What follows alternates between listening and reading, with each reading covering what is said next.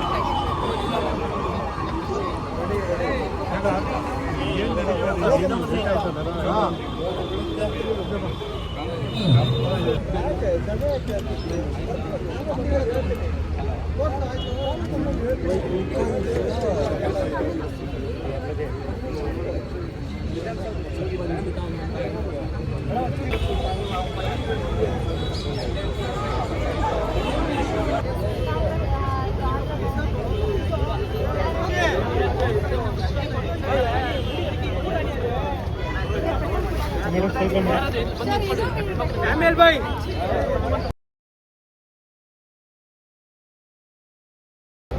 Madam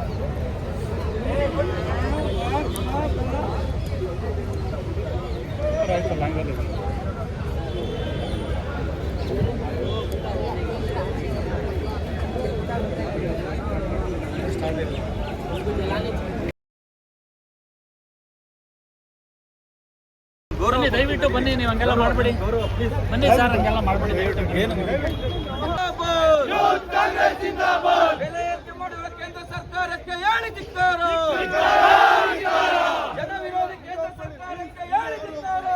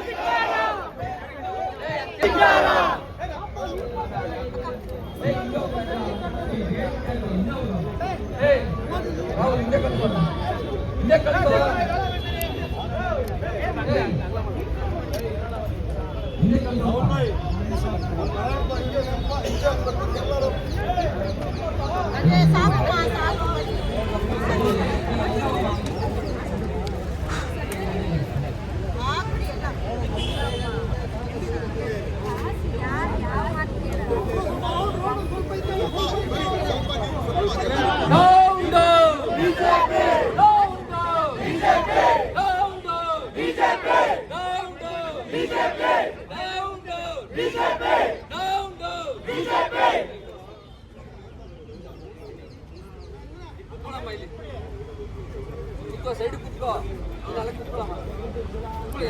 ಗಡೆ ಚಿಲ್ಲಾಂಗೆ ಓಕೆನಾ ಬರ್ಬೋದಣ್ಣ ಬನ್ನಿ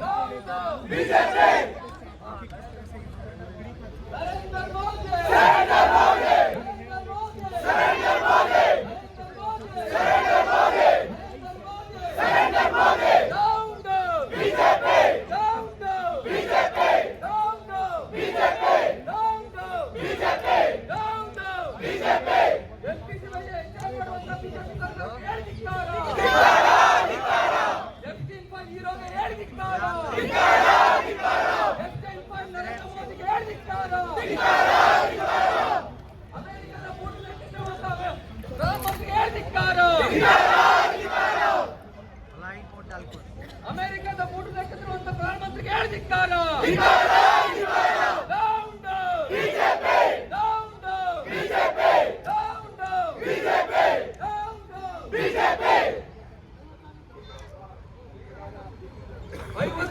ನರೇಂದ್ರ ಮೋದಿಗೆ ಹೇಳಿದಿಕ್ಕಾರ.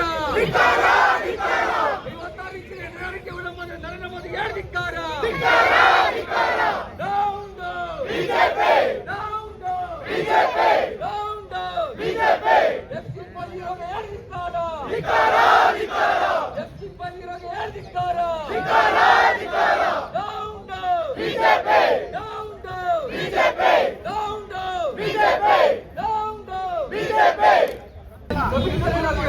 ಮನೆ ಹತ್ರ ಹೋಗಿರೋ ಸುಟ್ಟಿದ್ವಾ ಪ್ರಧಾನಮಂತ್ರಿ ಅವರ ಎಂಪಿಸಿನ ಸುಟ್ರು ಯಾಕೆ ಭಯ?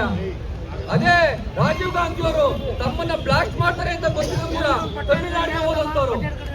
ಮತ್ತೋರ್ವ ಪ್ರಧಾನಿ ಇಂದಿರಾ ಗಾಂಧಿ ಅವರು ನಮ್ಮ ಸೆಕ್ಯೂರಿಟಿ ಕೊಡ್ತಾರೆ ಅಂತ ಕೂಡ ಅವರೇ ಇಟ್ಕೊಂಡು ಎದುರಾಯ್ತು ಅಂತ ಅವರನ್ನ ನಿಭಾಯಿಸಿದಂತವ್ರು.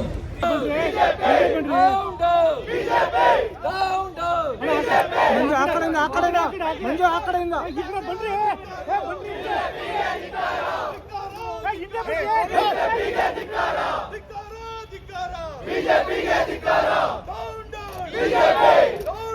ಬಿಜೆಪಿ